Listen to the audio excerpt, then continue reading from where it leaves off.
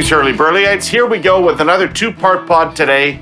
Before I get into it, I just want to make clear that our pod will not include any Meghan, Harry, and Oprah content other than this intro. So if you regularly come here for probing questions on the royals, like why does Prince Harry hang out in a chicken coop, I'm sorry to disappoint. All right, part one of the pod today is Ian Brodie. An academic by training, today Mr. Brodie is an associate professor of political science at the University of Calgary. But as many of you know, he was central to the founding of the Conservative Party of Canada, was its first executive director, and when Prime Minister Harper was elected in 2006, Ian Brodie became his first chief of staff. We're going to talk a little about Mr. Brodie's backstory today, and what he imagined the Conservative Party to be versus what it is today. Part two of the pod is what part two of the pod always is. Our weekly cussin, fightin, and laughin session, better known as the political panel, with Jenni Byrne Scott Reid.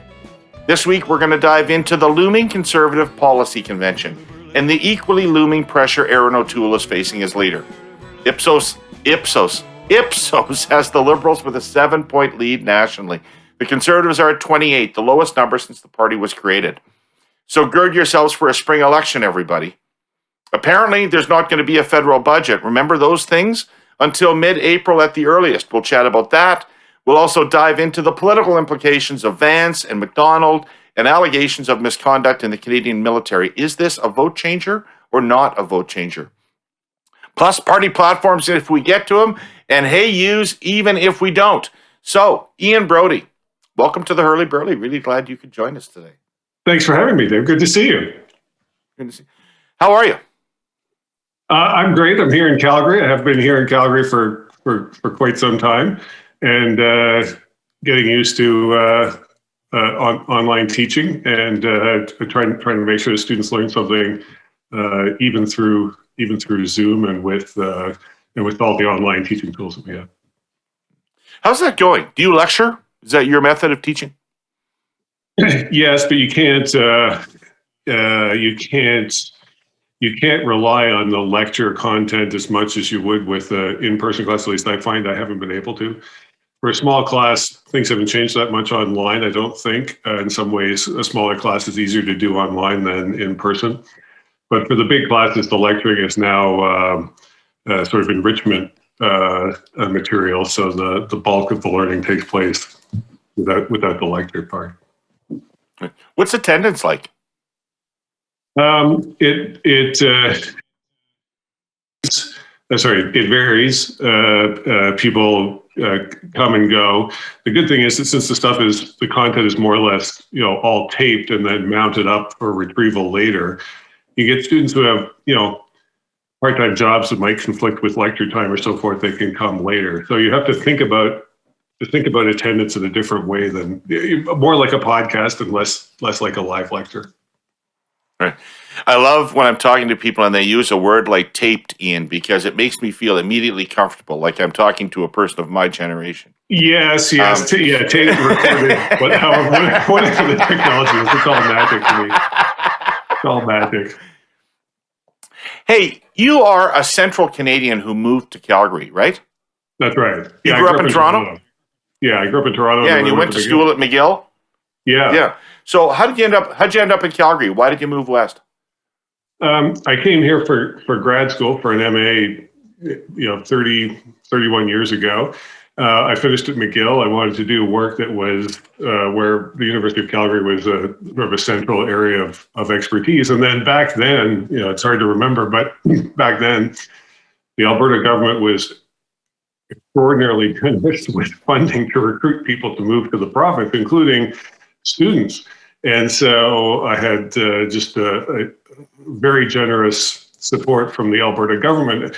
At the time, at the University of Calgary, Peter Lougheed had retired as premier by that point, and he was teaching in the department, including one of the courses that I took. And so I remember, over the course of the semester, you get a chance to talk to Mr. Lougheed several times, which was fantastic. And at one point, in one of the private sessions, I said, I got to say, your government has been extremely generous to recruit people from elsewhere. I really have no particular call on the resources of the province of Alberta to come out here and study. And I just want to say, sort of grateful for the fact that you're so damn generous. with this funding package. And I don't know how I'm ever going to pay back the province of Alberta. And he said something like that I think sort of illustrated his kind of mindset of Alberta and the rest of the country. He said, look, Ian, he said, this province has got more opportunity than people, and we're just glad to have you here, and you'll figure out the payback at some point. Like we'll end up the winners in this relationship in some way, because there's just endless opportunity in this province. We don't have enough people to take advantage of it all. And so I've kept that in mind and tried to do what I could. That's a pretty cool mentality. It's actually one of the better expressions of the uniqueness of the Alberta mentality that I've heard. Yeah, I mean, it was at that point, things were not great in the province when I got here in 1990. The oil prices had come off, and there was a spike up during the Gulf War. But then after the Gulf War, prices really went down collapsed for a long period of time. $6, $8 a barrel for a very long period of time. And but even then, there was this idea that kind of don't worry. There's more to be done here. The province has a bright future. Doesn't really matter what the oil prices. I mean, gas prices were okay at that point, so that was a big help. But there was the idea that kind of we were building something in Alberta that wasn't just a big oil and gas business, but that required a lot of smarts from a lot of parts of the world. Okay. Is that mentality still there, Ian? Not quite. There's always sort of a battle in the boom-bust economy here. We have the disadvantage until recently, both oil prices and gas prices were down. And even with that down prices, if we'd been able to move more product out of the province, things would be more optimistic. But the idea, back then, and until probably 10 years ago, the idea was whatever we could pull out of the ground, we could ship. And the question was, how much do we want to upgrade here, and so on and so forth. But now there's a very real constraint that we can't. People are going out of their way to try to block our ability to export this stuff or to ship it elsewhere by pipelines and a bunch of other things. And that has really soured the atmosphere here into a kind of us versus them, and that's very unfortunate. If pipelines were getting approved and pipelines were getting built, and there was a growing pie here. Obviously, a growing pie makes everybody happier, no matter what province, no matter what part of the world you're talking about. The idea that people were willing to let us do our thing and to sell it at Canadian or North American or world prices, I think the situation would be completely different. But this idea that Alberta is besieged by forces outside of its control has changed not just the political temperament of the place, but the kind of the business culture of the place as well. Interesting. Okay, so I'd love to talk to you about Alberta, but I think people want to hear us talk about politics. And when we get the panel together, we're going to be talking about the upcoming Conservative Convention, which unrebutted news reports seem to indicate is going to be a raucous and perhaps angry affair. So you did something remarkable.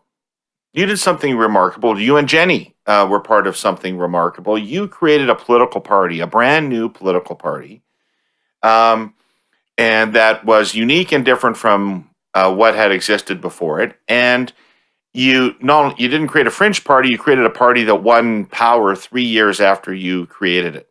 And I know that you were one of the intellectual drivers of that exercise. So let's just go right back to, you're modest, but let's just go right back to first principles.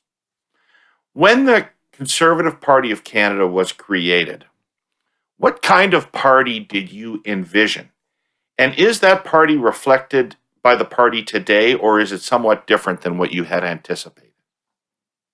Well, I should just say, I mean, there were a lot of people involved in setting that up, and the pressure for success at that point was universal, right? Because we'd had several efforts during the 1990s, first to create something different than the old PC party, which Jenni and I were also involved in. Jenni more so, I think, maybe than I was. And then as it became clear what that meant, which inevitably meant was that Mr. Chrétien could win majority after majority after majority with, between 37 and 41% of the popular vote, or 42% of the popular vote. there's there's going to be a Liberal government forever, right? Will the Liberals be in power forever? And that has, even I think for Liberals, a downside if there's some idea that the one-party state where the one party is going to be in charge forever, that creates all sorts of bad dynamics. I don't mean that as a part. I mean that as a partisan comment, but there's a non-partisan piece to it as well. Yep. And so there were many efforts to try to fix that, most of which failed. And Mr. Harper had the advantage of not only having a good plan for it, but in effect, by the time he came around to try to make this thing work, there was pressure from all parts of the conservative, part of the spectrum more broadly, to make it work. So everybody was willing to put a lot of water in their wine in order to make this thing work, because we tried different combinations in the past. And so it's a level of kind of desperation. And then, no offense, but at some point somebody, leaked to the Toronto Star that Martin's team was planning to win 250 seats in what would be the 2004 election or 2005 election. We weren't sure at that point. The prospect that was taken seriously, which I think it was, had a reaction on our side of the spectrum as well. So what would the Conservative Party become? The Conservative Party would become a broadly national party. We'll come back to that in a minute by what I meant by that. A professional party in the sense that it was capable of winning, was capable of running itself internally in a professional way. I think on the professional side, politics has changed a great deal in the last 15 years in Canada in many ways, as was in the United States, a kind of creation of professional political classes. And so that both helped and hindered the professionalization of the party.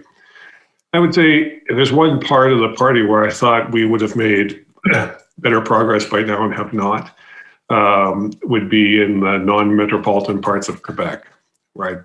Like there are actually conservative voters in Quebec. They look pretty much like conservative voters elsewhere, except they're more Quebec nationalistic. But I remember going through the numbers with pollster. He's going through, if we take Montreal out of the equation, there's a lot of people here who own guns, don't like crime, think their taxes are too high, and don't think the government is helping their family. Like, well, these are people we know well because that's what we would consider to be the core of the party in Alberta and Saskatchewan and British Columbia and parts of Ontario. They should be conservatives by any other measure, except that Quebec's different. And I don't think we've quite broken through that. So that's the downside. But on the rest of it, I think we have a genuinely conservative alternative now. It is broadly national in the sense of being competitive in most parts of the country. From election to election, there's ups and downs, but competitive just about everywhere, and taken seriously as a potential contender for power in each election campaign. So yes, that's turned out pretty well. Okay, we're going to unpack. God, I catch myself using these phrases I hate so much. We're going to talk about a few of the different elements of that as we go along.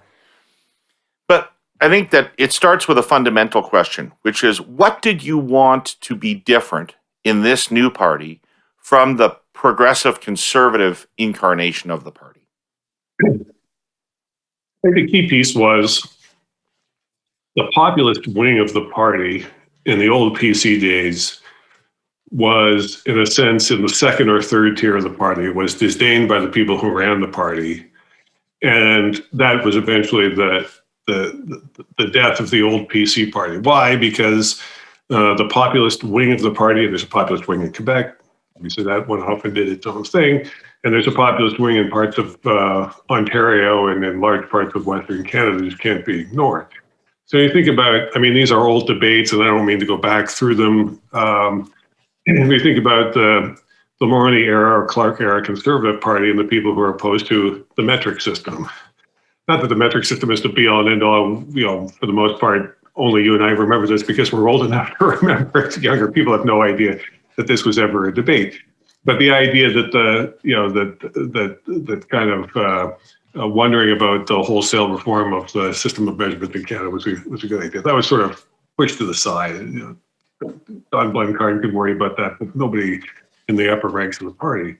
And then I think, some of the cultural I believe stuff. a fellow named Neil Fraser a Canada Post employee, ran for the leadership in 1983 on the anti-metric platform.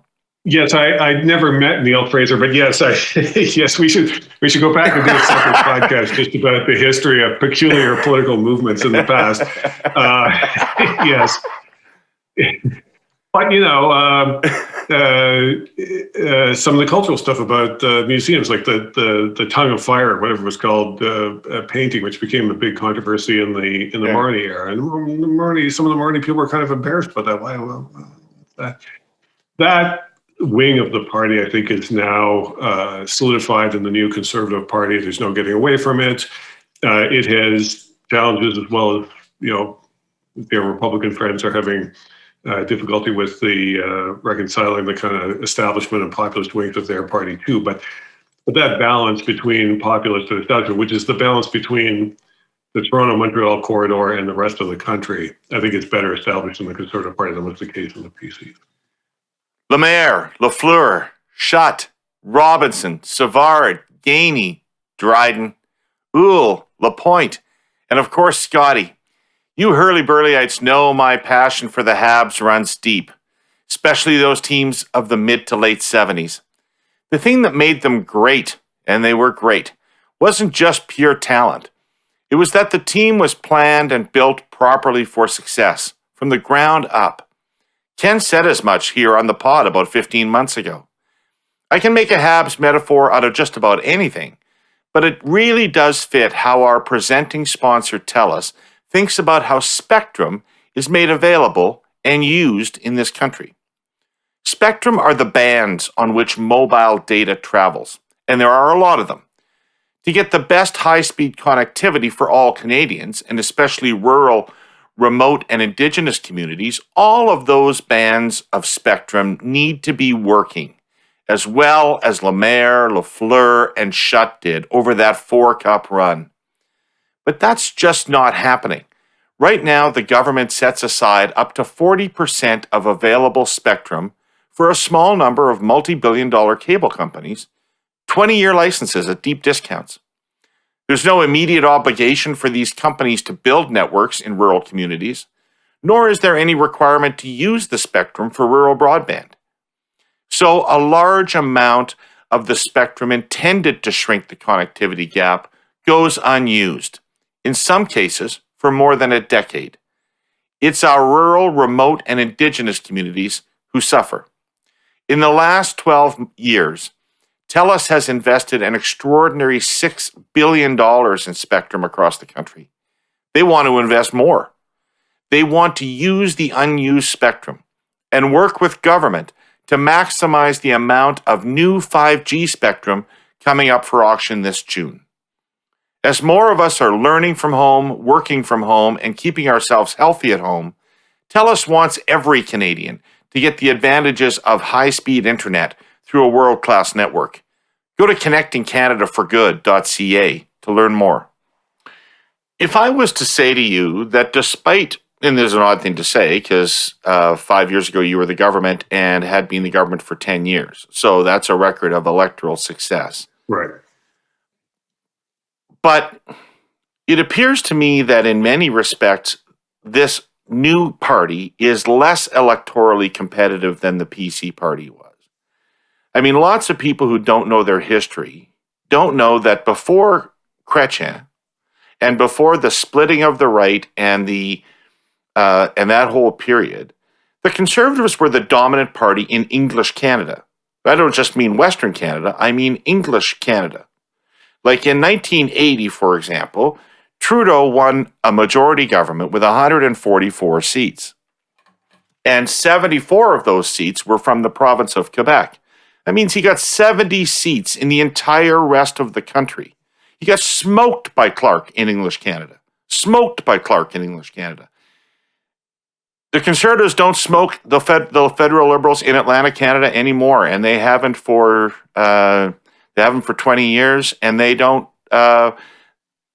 They struggle to compete in Ontario, and regularly have found themselves in significant deficits in Ontario, where the old PC party used to be quite strong in Ontario. So, First of all, correct me if you think I'm wrong that this is an electorally weaker coalition than the PC party was. And if I'm right, did you anticipate that, or how did you think that would go? Well, there's a lot of different pieces of that puzzle that are moving around. I mean, when I say I grew up in Toronto, I mean I grew up in the middle of Toronto in Don Valley West, and I guess we won Don Valley West in 2011. But Don Valley West used to be an easier lift for the Conservatives to win than this would be the case today. And at that point, before Toronto Centre, Rosedale, and St. Paul's were reoriented to be north-south ridings instead of east-west ridings, you could have a David Crombie win in Rosedale. Of course, that riding doesn't exist anymore, and unless we have a different electoral boundaries commission, that sort of thing isn't going to happen anymore. So that hurts. But there's a handful of ridings. You're not talking about, I don't think, about that. I think the challenge has been and what worries me about the Conservative Party's position today, we talk about the battleground of the 905 area code, but the battleground of the 905 area code was 2008, 2011. Like, these are the elections Jenni ran, right? Where 905 is a serious battleground. 905, I don't think, is a serious battleground anymore. Much of it isn't. It wasn't in the last election. And we now see kind of Toronto's breaching down southwest along the 401 into, I used to teach at the University of Western Ontario. That's, the 519 kind of southwestern Ontario corridor.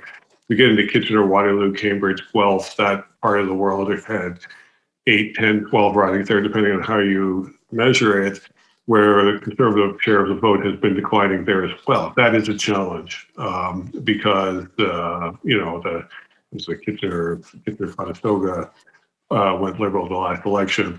A riding that we would ordinarily have thought trended Conservative. It may still trend Conservative again, but it's clear that that's going to be a competitive riding for the next little while. Bellwether riding, I think that, back in 2006, we wouldn't have thought of really as much of a bellwether riding. And Milton looking more like Toronto now. Is that a decisive change? These sort of lifelong party identifications or allegiances that might have been the case when we were kids, I don't think is an issue anymore. So we've got to figure out what is the issue set that can make those ridings competitive again. Doug Ford obviously made them competitive with a focus on a particular pocketbook set of issues. And I think that's a possibility the federal party should, obviously have to keep in mind that the lesson we should learn from Doug Ford's win there. Simple pocketbook issues of the sort that we had, by the way, in 2006 when we won a lot of those ridings. It helps, by the way, if you're going to follow the Ford example, it helps if the other campaign is run by a dumbass who runs a shit campaign. But look, we all get dealt hands that are difficult or easier depending on the election. If you run enough of them, sometimes you're the Louisville Sluggers, sometimes you're the Bull. Hey, what is it critical that the Conservative Party be different from the Liberal Party on? What must the key differentiating features be? At one point, this is 2006, 2008, to be different on fiscal issues was a big deal. I'm not sure that's the case anymore. I think the voting population has shifted itself or sorted itself by partisan identification on fiscal issues, and I'm not sure that that's, there might be some marginal pickups there for one party or the other party, but I'm not sure that there's a big middle ground there anymore. So, for example, as I've been saying inside my own party for 8 or 9 years now, we have to be sober about deficit and debt. Most of the voters who are concerned about those sorts of things are voting Conservative. There's been a shift away from Liberals to Conservatives for people who are worried about debt, deficit, and tax issues are a little bit different. But the big is, are we living beyond our means? That was, I think, a point of competition between our two parties, in the Martin Harper era, right? And isn't so much anymore. Right. Those voters have sorted themselves. Yeah. Those voters have sorted themselves into the Conservative Party, and they're not really up for grabs. So the question is, that gets you to kind of 30% or whatever it is of the population. How do you get from 30 to 40% if you're on my side of the political spectrum? The focus on we're spending too much, we're borrowing too much. For the time being, at least, that's not a salient issue. That might change. That might change in the future, but I don't think that's a salient. I don't think that's a salient issue today. Trump was able to politicize the perception of political correctness on the part of kind of big institutions of society in the 2016 election, and it remained a popular part of his offering of issues. I'm not sure that cuts quite the same way in Canada that does in the United States, but I think there's a cluster of issues there about why are these issues off the table? Why can't we talk? Why shouldn't I be free to speak my mind in a social setting? Why are we so censorious of other people's views and so on and so forth? And there can be a little bit more play on the conservative side. And, the most millennial online newspaper is one of the kind of focal points of that kind of argument on the conservative side of the spectrum. I think that's a viable piece on the conservative side here. Another issue which I think has worked against us, which at one point worked in our favor, was the perception that crime was out of control. I mean, that may come back, but the kind of sensitivity to crime as an issue seems to be has almost disappeared in the polling over there. So in a sense, it's like, think back to 2006, 2008, we were on our way up as a political party. Living beyond our means, taxes are too high, crime is out of control, we've got to be tough on crime. All of that stuff is sort of dissipated. And so now we're having a cultural battle and a regional issue, a regional fight here. And center periphery work differently in different parts of the country, but it's as viable in Ontario as it is in the rest of the country, I think. The problem is the parts of the Ontario that are on the downside of center periphery relations aren't reflected in the Toronto Star mail. So you have to find a way to get at those folks, and that is tough. It's just so much interesting there. Let me just pick up on one element of it, because in your answer, you talked about changes in the Liberal Party as well. Right. And how the Liberal Party has morphed its positioning on things like fiscal issues and other things. Do you think in doing so that it has opened up more space for the Conservatives to conceivably own the jobs and growth territory? If the Liberals are the redistributive and rights party, can't the Conservatives be the jobs and growth party? Well, so this is, I would have thought ahead of the pandemic that the amount of objective space there is pretty limited. Why? Because until a year ago, outside of Alberta and parts of Saskatchewan and British Columbia, we're operating at close to full employment, maybe not quite full employment, pretty close to full employment, and economic growth is pretty strong, except in my part of the world. Economic growth is pretty strong. We've now got this debate coming out of the pandemic about, do we build back better in some kind of social engineering sense of the term? It's going to be, equitable and green and, kinder, gently. Dion was after this with his, greener, fairer, or whatever slogan. I can't remember what the rest of it was because it was kind of a mangled mess, but it sounded like his three peelers. Three peelers, yes. Kind of like something written by a guy at the OECD, which I think it actually was. But with great respect to my friends at the OECD. But so some kind of university, with great respect for my colleague, some kind of university philosophy seminar view of what Canada could be in the future. Or do we just want to build back and get back to work? Can I get my job back? Can my business open again? Can I go see my relatives? Can I travel again? When can I get across the border to my, southern destination or whatever without having a hassle crossing the border? And so I think if the Liberals double down on that kind of build back better, kind of great reset, whatever, some kind of, from my point of view, ideological view of the future where we're constructing some castle in the sky and we're going to try and aim for that. I think there'll be a constituency for that. I think that could be a viable constituency. My suspicion is that inside the Liberal cabinet, inside the Liberal caucus as it currently exists, there'll be a huge amount of support for that. And they're going to brought out Mark Carney and a bunch of other people to explain why this is such a great idea. But for the business operator who just wants to get the store open again, or the family just wants to be able to go to the damn restaurant again and hang out with some friends, or the sports fan who just wants to go back to the sports bar and watch the damn Super Bowl, and I want to be able to travel to another province to see friends of mine again, and maybe I want to be able to go south to see some spring training games or whatever. Or people have been out of work and have taken a really serious hit in household income over the course of a year now. Those people just want normal back. They don't want, they may acknowledge there's problems in society that you could fix if we had a different kind of society or different kind of humans. Sure, yes, great. I don't want to build back better. I just want to build back. Let's make sure we build back before we build back better.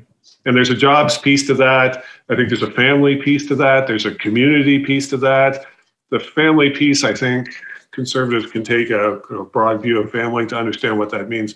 The community piece, right now, I'm always quite so comfortable talking about that part of it, but I think that's certainly a part of it. And there's a human connection part of it. We just want to be able to go out and see our friends and see our family again.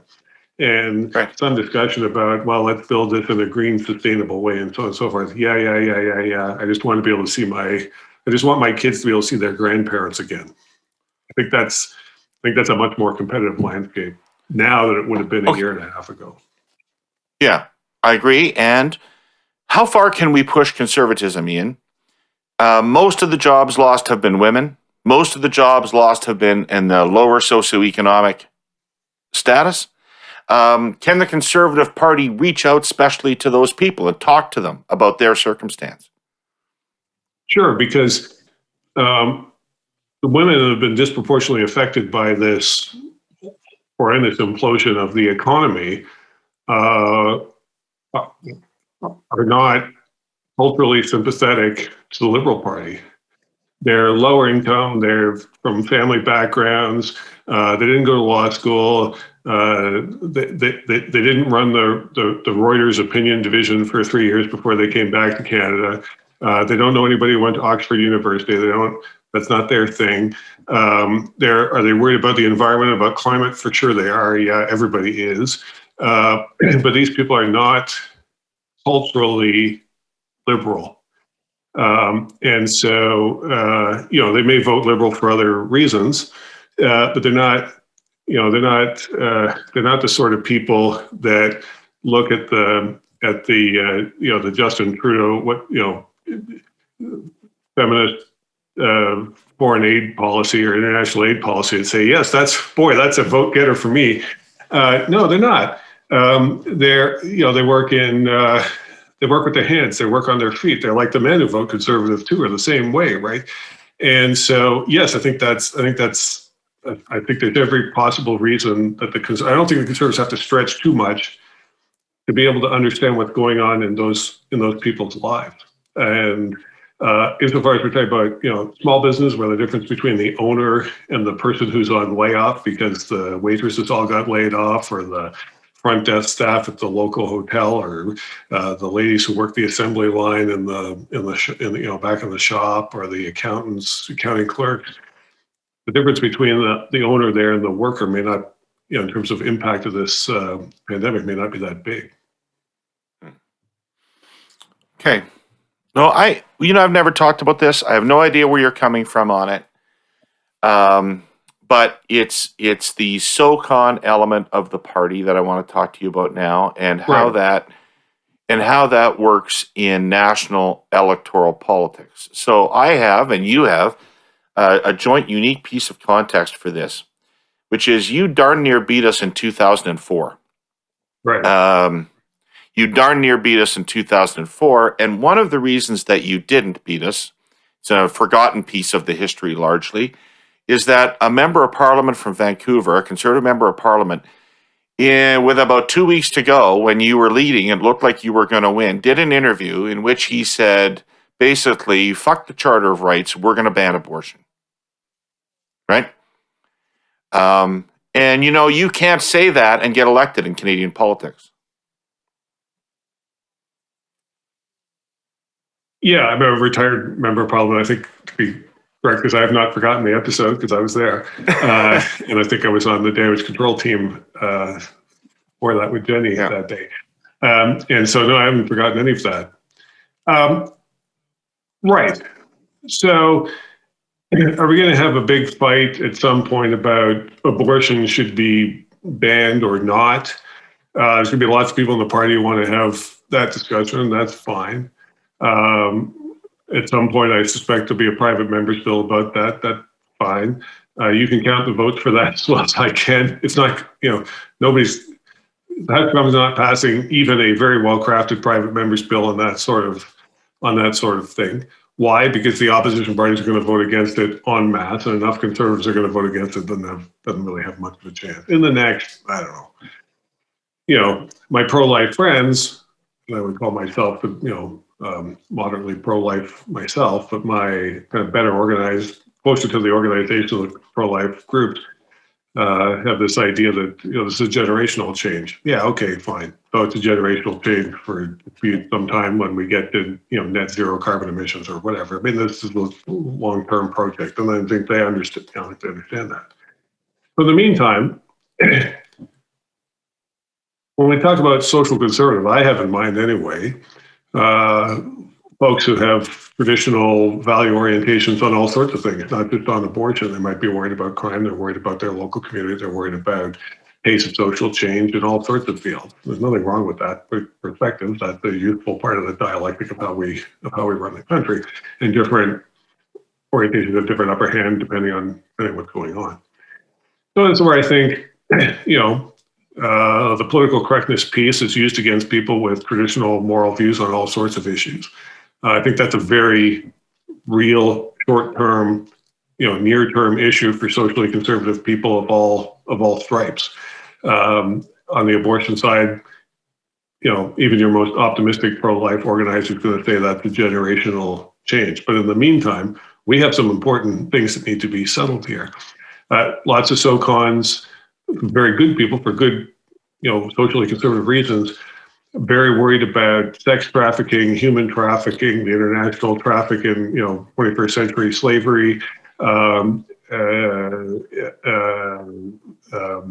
Peter MacKay, famous of it's an albatross around our neck, spent a large part of his career worried about human trafficking and human trafficking issues. That's an issue of, I think, agreement.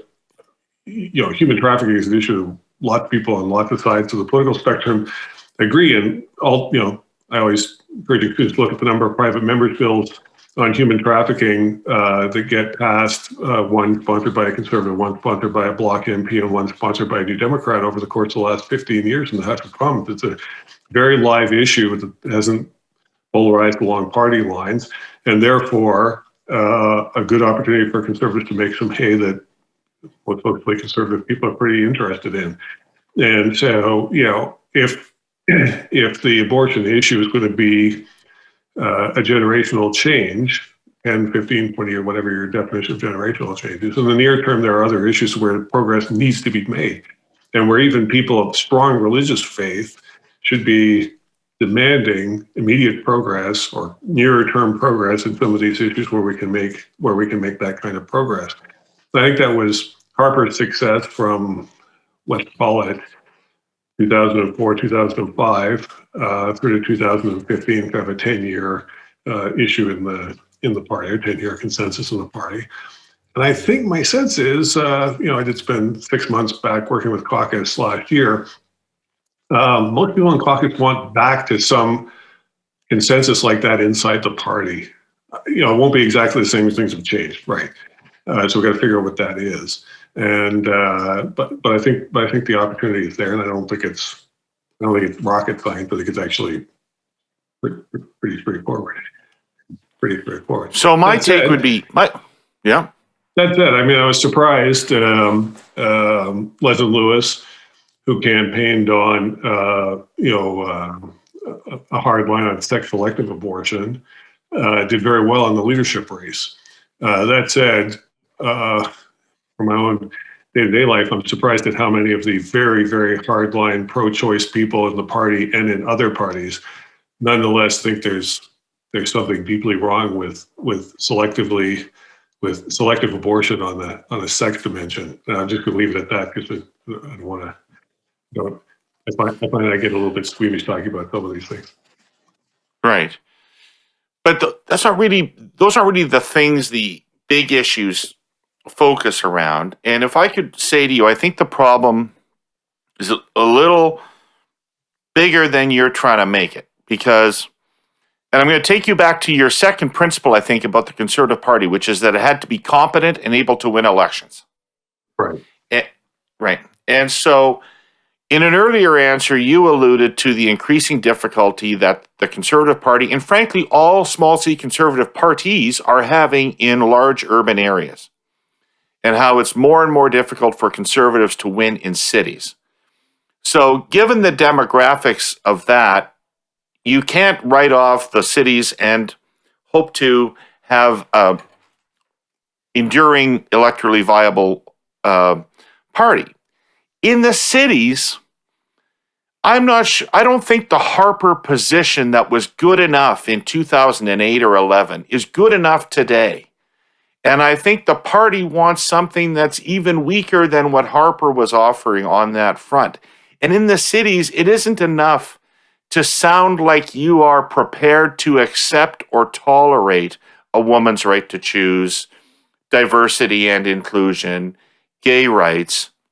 You have to appear to hold those values in order to win the votes of people in the cities. And the Conservative Party is not presenting itself to cities as people that hold the values of urban areas, and it's politically crippling. That's my speech. Right.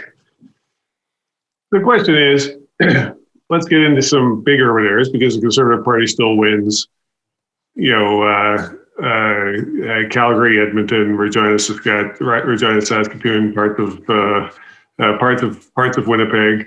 Can win in London, didn't this time, but could win in London, Kitchener, Waterloo. So we're talking about Toronto and Montreal. Vancouver increasingly. Maybe, but anyway, it was just separate conversation. The Greater Vancouver is a complicated space, very complicated politically. But so I'm not going to concede Vancouver. We can come back and have a separate chat about that. These are extraordinarily culturally and ethnically diverse places, even by global standards. I mean, it's got astounding Toronto and to a lesser extent Montreal level of ethnic and cultural diversity.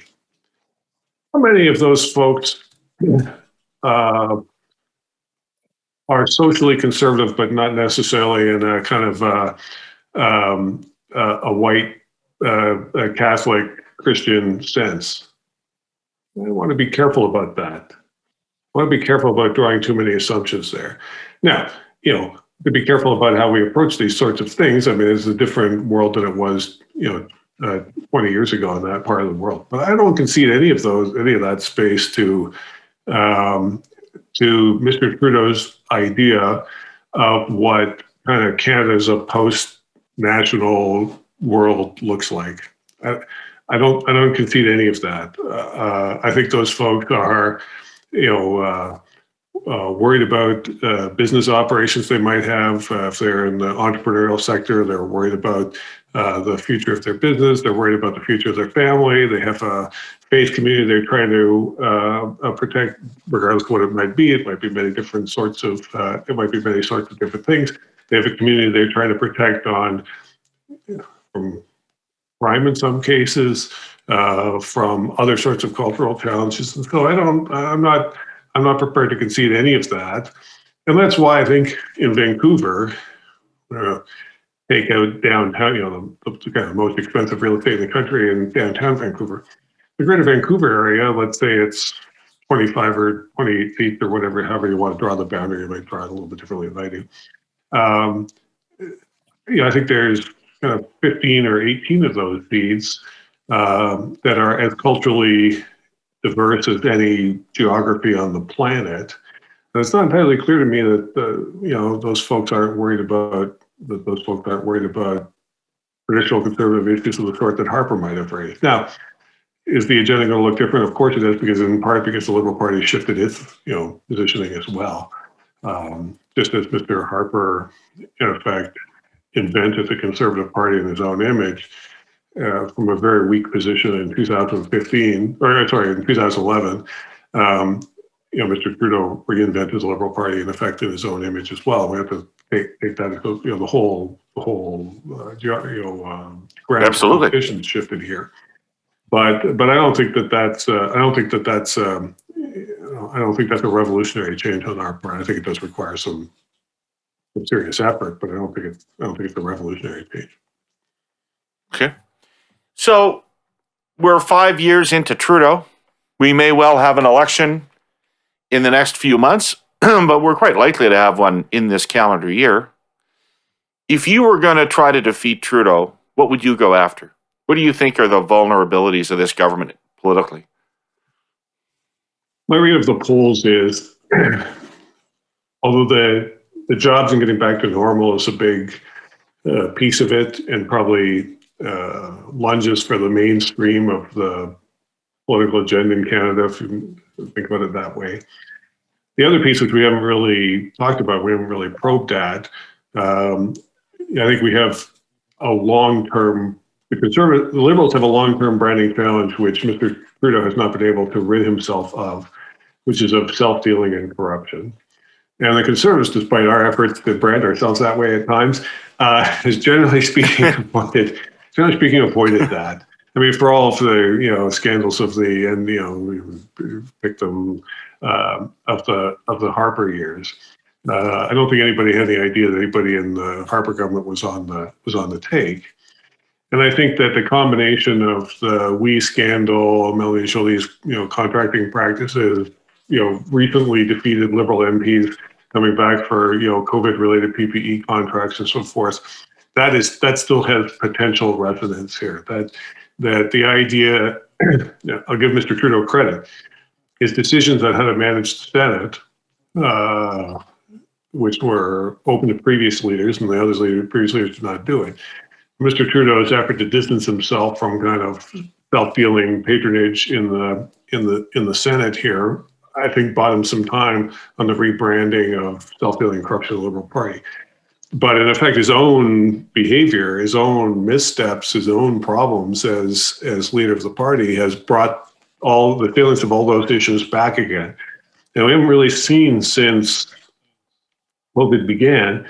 The Conservatives haven't really, with the exception of last summer when people were not paying attention to politics and the WE issue cropped up. Certainly since September, we haven't seen a concerted effort on the kind of clean government corruption push on the Conservative side, and I think that's been missing from the quiver, if you want, or missing from the issue set.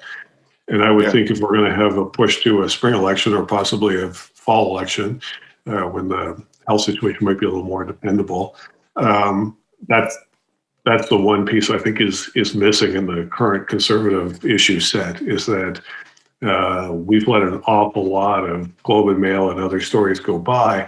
They could have been fodder for a month's worth of parliamentary mischief of various sorts, just to keep those issues alive and to make them stick to the Liberals more generally, over and above Mr. Trudeau's own missteps as he heads towards his third ethics commissioner report, I suppose, on the WE issue. So as you were talking, what I was thinking about is comparative advantage, because as I see the polls and when I sit in focus groups with people, I hear people that have lots of criticisms about the government in a lot of different areas. I don't hear many people feeling that they can assert confidently that the Conservatives would be better on those things, whether it was COVID vaccination or whether it was protecting jobs or whatever issue you might select. It's one thing to have people say, yeah, I wish the government was doing a better job of that. It's another one for them to say, and I can see why these people would be better at it. What can the Conservatives do to build some comparative advantage on these things? Like, I think that's partly why the vaccine issue hasn't bitten the government as badly as it could have, because I don't really think the Conservatives offered up a reason why you'd think they'd have done it differently or better. Yeah, no, look, I mean, no, having plumbed this side of the House of Commons a couple of times before in my life, I can tell you no opposition party can ever decisively demonstrate that it would be a more competent government than the incumbent government. You can highlight the various incompetences and missteps of the incumbent government, but you're always susceptible to the criticism of, well, how would you have done better? Because you're in the opposition party, you don't have an opportunity to show that, right? It's not the opportunity structure. The opportunity structure isn't there. So you can have two possibilities here. And in 2006, we tried both, right? We ran both of them. To get some folks who are known local commodities in competent politics, we had Flaherty, Clement, and Baird in Ontario, and others elsewhere. Those would be the most famous examples because they're from the biggest, the most populous part of the province. Lawrence Cannon from Quebec would be the Quebec counterpart of that. Jean-Pierre Blackburn, who did a history in electoral politics before the 2006 election, so it's sort of a known commodity. So you have these people who, although it's provincials, they don't have quite the same impact. The provincial politics isn't subject to the same kind of scrutiny as the national politics in Canada anywhere, including in Ontario. But nonetheless, people who have some kind of, you can recognize the name, like, oh yeah, I don't know what he did for the Harris government, or I don't know what he did for Eves, but somehow he was around and that government seemed to be able to manage things okay. It wasn't a total disaster. I don't want to overstate that, but it can establish some kind of baseline brand association with competent government at the local level or at the provincial level. And so I see O'Toole Senate recruiting folks from provincial governments, not in Ontario and Quebec, but from elsewhere, and I assume there'll be more in the future. And then you've got to sidestep that with a better value proposition of things that you think you can persuade people you can deliver on. So this is where, you know, we go back to Mr. Harper's most important decisions and the riskiest decision. The big decision was to campaign on the GST cut. Of course, Mr. Creighton had also campaigned on, not quite as explicit a promise in 1993, but he was also pretty critical of the GST in 1993 and then never did anything about it. Once we had raised the issue of the GST cut and then the $100. We apologized at least. We didn't do anything about it, but we apologized that this was a problem. Yes, that's right. But Mr. Harper said when we had the conversation about it, we're going to campaign the GST cut. He said, we better bloody deliver on it, because if we don't deliver on it, people will never forgive us. And so the first cut in 2006, spring of 2006, not that big a deal because you guys left a big surplus so we could manage that. The big one was the second cut going into what became the 2008 financial crisis, global economic crisis. That was an expensive effort to deliver on that promise. But he also had the sense, which I did not, by the way, I don't think any of his other advisors did, that this was his opportunity. He was going to have to deliver on the second point. If he didn't, he'd never get reelected. And so you have to be, that package of promises in that election campaign with an intention to be crystal clear, to be things that we could implicitly say to people, even if we don't really know what the hell we're doing in government, we can manage these things. I think we did better than that. But, cutting the GST does not require some big complicated public administration exercise. Cutting $100 checks to parents for their kids at age of 5, not a big complicated public administration exercise. We can deliver on those sorts of things. So in a sense, two pieces. We've got some competent people here who you've heard in the past were sort of associated with a government that seemed to be able to hold itself together at the provincial level.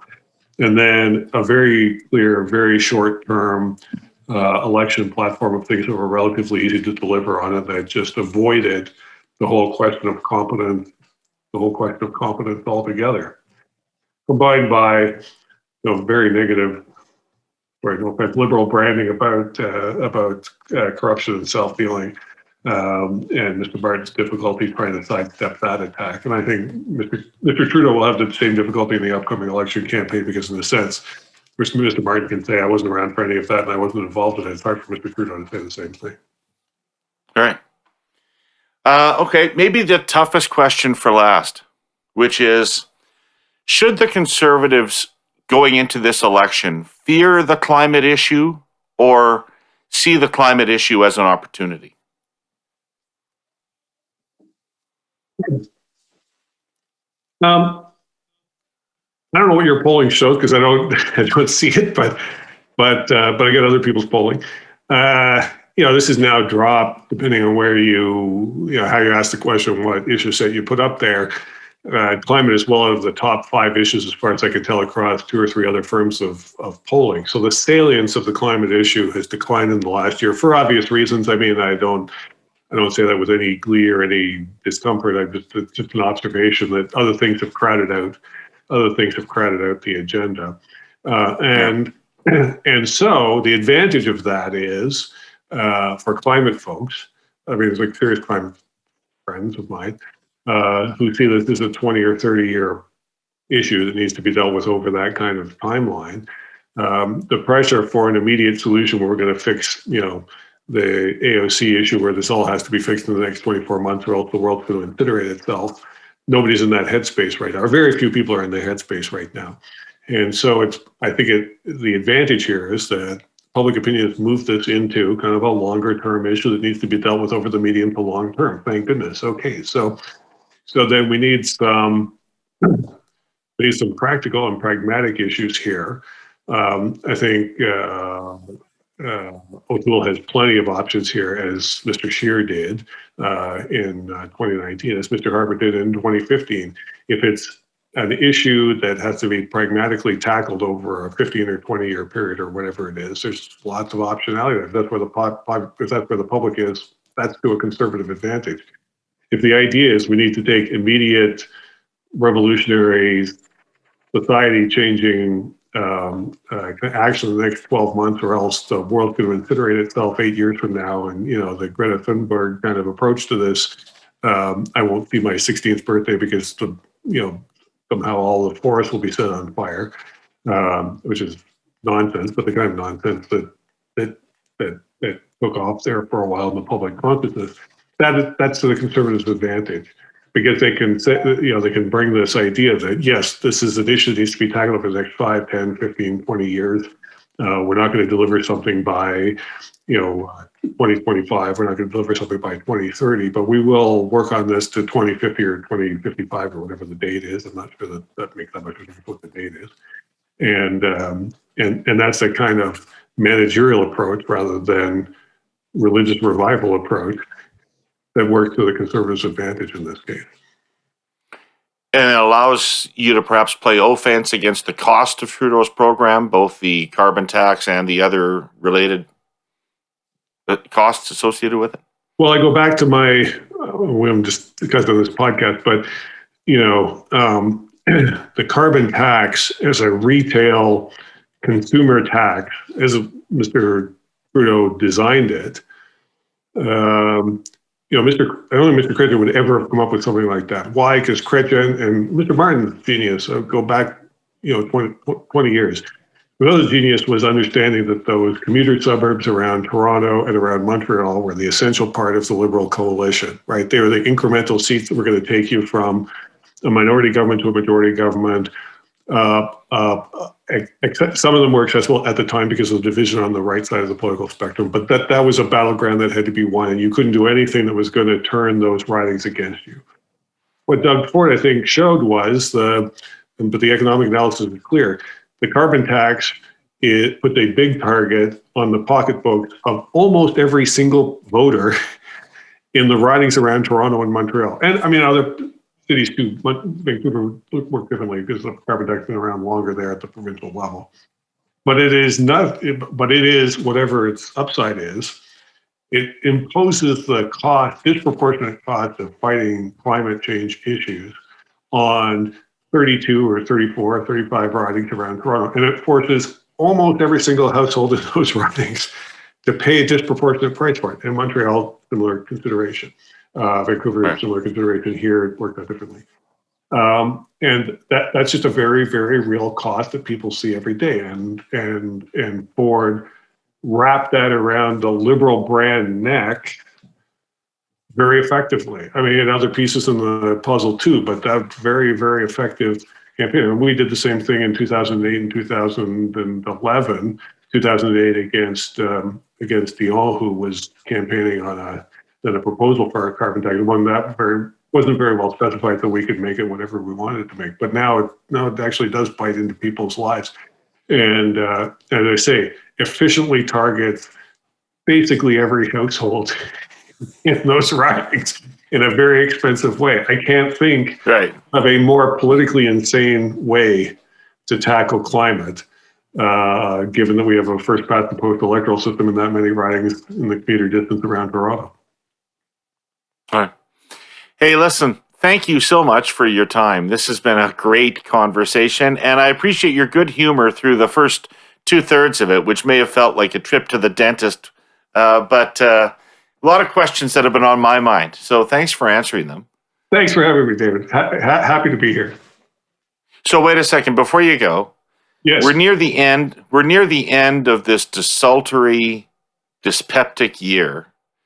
Give us a reason to be optimistic and confident going forward. What are you optimistic about right now?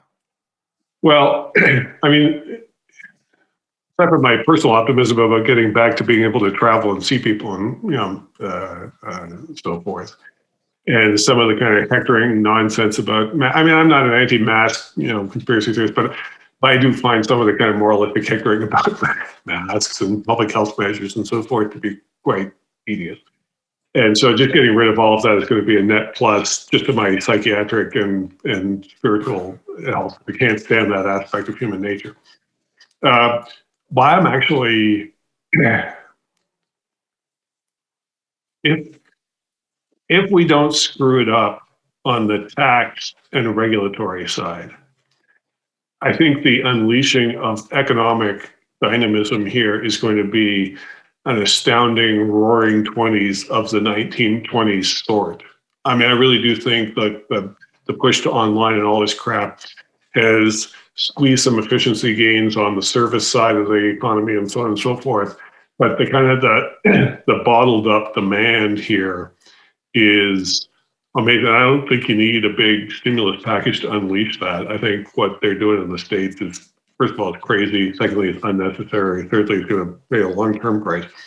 But, it's going to spill over into the Canadian economy too. And so just on the economic stuff for the next 3, 4, 5 years, I think the explosion of demand here is going to create economic problems, but it's not going to create a shortage of jobs. I don't think, my brother-in-law owns a bar in Banff. It's been, talk about top year and talk about, his largely female, largely not extraordinarily well compensated staff has paid a huge price for it. I mean, a huge price, a very painful price. And we know a lot of these people personally, so it's difficult, very difficult.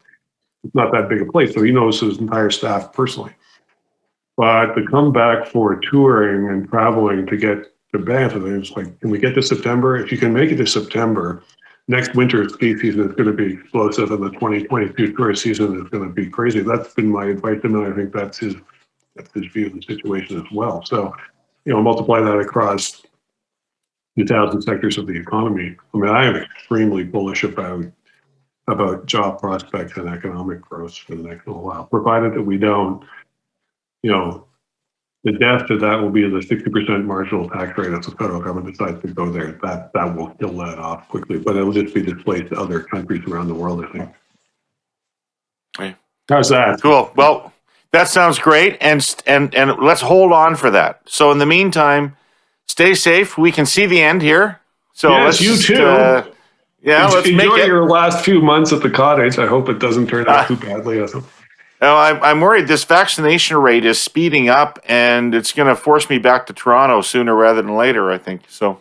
Well, the good news is by the time you get there, Toronto will be clean again. As I understand it, I haven't been to downtown Toronto in a long time, but my wife has, and my brother has. I gather it's extremely clean because nobody's been littering for the past year. And if people move back into their offices, I'm sure it'll be clean for at least a couple of weeks. Exactly. Large city, barely used. Okay. Great to see you. Thank you so much for coming talk to you later, guys. Right. This is a little wonky, but it's fascinating. So here goes. When you're pulling hundreds of thousands of tons of loads across thousands of kilometers of steel rails, up mountains, across prairies, and through cities, smooth is crucial. It's not hard to imagine what can happen if those rails are allowed to degrade or warp under the stress of extreme cold or heat. Surface ice crystals can damage steel. Ever heard of a frost quake? Neither had I. It happens when water pockets underground freeze and expand, cracking rock and frozen soil. Anyway, you get the picture. Steel rails have to be as perfect as humans can achieve. Actually, strike that. They have to be even better. So our sponsor, CN, has developed some really cool technology. In the past few years, its scientists have developed artificial intelligence that incorporates special algorithms to endlessly examine and re-examine its railroad network. The artificial intelligence is housed in special automated rail cars, equipped with sensors powered by solar panels that conduct microscopic inspections of steel rails as the train passes over them at speed. Those algorithms actually enable the machines to learn as they inspect. In 2020, CN used this new tech to examine about 600,000 kilometers of track. CN also operates special portals containing super high-def cameras that capture 360-degree views of rail cars and locomotives as they pass through. The idea is to let the technology find any problems, so CN's teams of specialists can devote their time to repairs. CN intends to become the safest railway in North America, period. Tracks gotta be flawless, the economy rolls on them. It is Tuesday morning. That means it's me, it's Jenni Byrne, and it's Scott Reid. Here we are, the political panel, on yet another day. Jenni, you're in Liberal red. You look fantastic. Well, I'm in Canada red.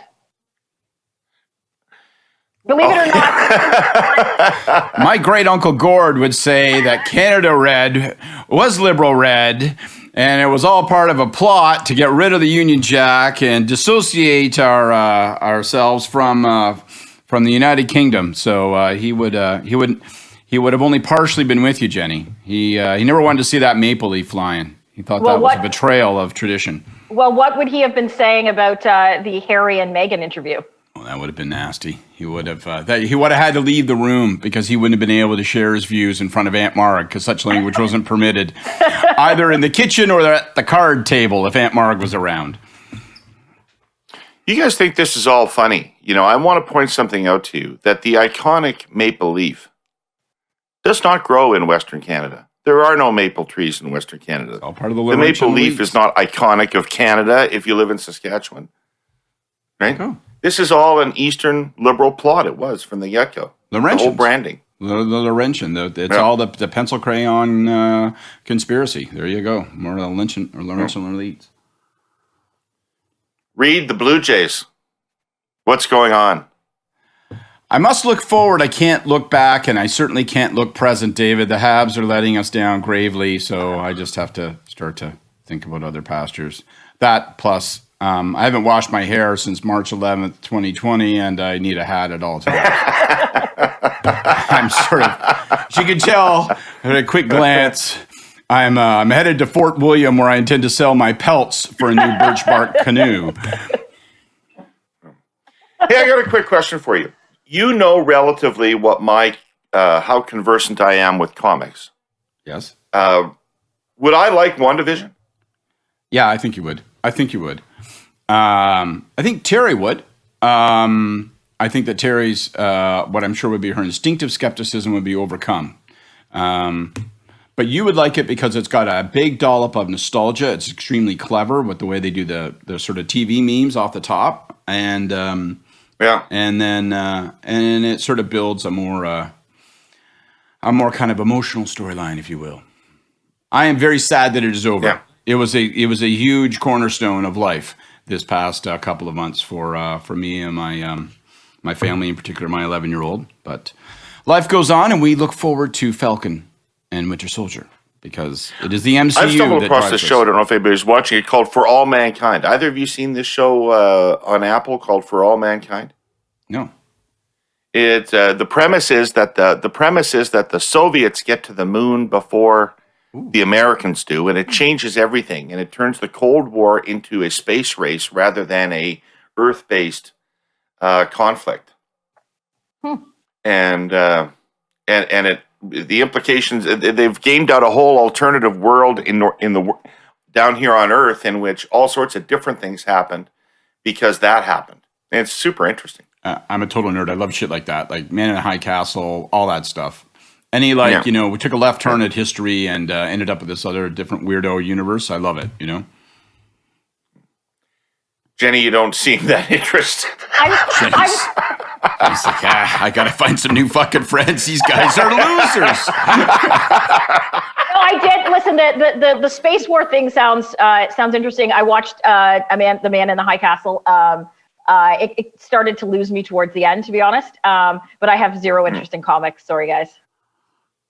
As you can see, my interest in comics is profound. It's a big, big part of my life. Definitional. It is definitional of you, Scott. I think so. Well, yeah. Stanley was a quasi-parent of mine growing up. A lot of time with Marvel Comics after school. That's kind of sad. We should probably not just leave immediately after you saying that, but we do have to move on and talk politics. I'm happy to go a little deeper and just talk about loneliness for a while, if that floats your boat. Solitary, lonely child. Much like young Ebenezer. No one to play with at Christmas. So there's a Conservative Party convention coming up. And there's lots of noise. Speaking of lonely. Let's go back to There's lots of advanced noise about this convention. Now, having been through a few opposition party conventions in my life with Mr. Turner and Mr. Chrétien, I am aware that these are often not that happy events and that there's often lots of noise about unhappy people and agitation from various sources, but this seems a little much. And my question to start this off with you is, the Conservatives are in trouble in the public opinion polls, regularly now being seen below 30%, which would have been considered to be their base, I would have thought. And they're in trouble internally. O'Toole with the caucus for a variety of different reasons. O'Toole with the party for a variety of different reasons.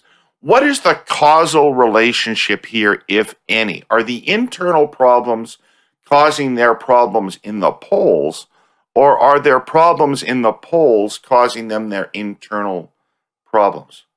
Jenny, I will obviously defer to you to start. Well, I think they're all related. Like they both can cause each other. So there's a few things to say. Yes, opposition conventions are usually never much of a fun thing. The difference between this and other opposition conventions that we've had recently is there has not been an election. Erin was only elected leader 8 months ago, and we haven't had an election. So that's why the acrimony coming into this convention. In terms of the convention, I think there's a few things to kind of break down, and we can talk about. I'll try not to go on too much. In terms of the convention and the issues that he's having, mostly with, you've seen Derek Sloan supporters, and there's different social conservative groups out there, is probably the problem that he has had since the leadership. So he campaigned on True Blue O'Toole, pivoted as soon as he won, and now is completely kind of not really campaigning on the exact premise and issue set that he campaigned on. So you have people that feel betrayed. I think there was an article on the weekend in the Post, Brian Platt, that said there were people that in caucus that were describing it being the same as Patrick Brown's leadership campaign, and then after he took leader. So that's a problem for him in terms of the convention. I think then there's a general problem that he has both with membership that don't fall into probably the social conservative bent. Fiscal conservatives worry that there's been no pronouncements really hard on not supporting a carbon tax. He did a speech on supporting the net zero policy, which is very symbolic in the West. And then you have issues with caucus. And so the article, the same article, the Platt article, said that not since the days of Stockwell Day have there been this acrimony within caucus in the Conservative Party. And I agree with that to a certain extent. What I would point out, though, is even Stock had his supporters in caucus. Stock had Jason Kenney every day who would go out, John Reynolds, Myron Thompson, people that would, Daryl Stinson, that would go out every day when there was, the DRC or whatever, and defend him. And what I have found very telling and very strange in the last, week of stories that there have been on Erin's leadership is there has been no one defending him, like not one single person. Right. So sorry, there's my download of it. Right. I'm going to start. Obviously, I don't bring inside familiarity with Conservative Party, Conservative Caucus, Conservative Movement like Jenni does. I think two things. One, I think we may look back on this period, this pandemic period, and say that it was a uniquely difficult time to be in opposition, and I'm not sure anybody's been super effective at threading the needle at the federal or provincial level. Rachel Notley. Okay, that's fair. That's fair. Probably has more to do with well, maybe that's not fair. I was going to say probably has more to do with Kenney inflicting some wounds upon himself, and then her being competent at managing that. But I don't know. Maybe I don't know enough. I shouldn't say that. I guess there's always the knock on opposition parties. And leaders of the opposition that, you're just criticizing, it's all negative, yada, yada, yada. And I tend to sort of dismiss that stuff when people make that criticism, because that's part and parcel of it. And eventually a campaign comes. It isn't so much about, are you being negative, or are you making proposals, or are you setting the agenda? I think it's about clarity. What are you about? What's your voter coalition? Who's comfortable joining it? Who isn't comfortable joining it? And how are you conceptualizing that and making that available to people? I think clarity is always the foundation of it. I think it's been tough for opposition leaders because you want to criticize vaccine procurement if you're at the federal level, or vaccine rollout if you're at the provincial level. But I hate the military analogy, I hate the war analogy, but there is something of a wartime sort of feel to what people have been through. And I think it creates an awkwardness in terms of being critical. And I think Joe Biden and the Democrats shit on Trump every day.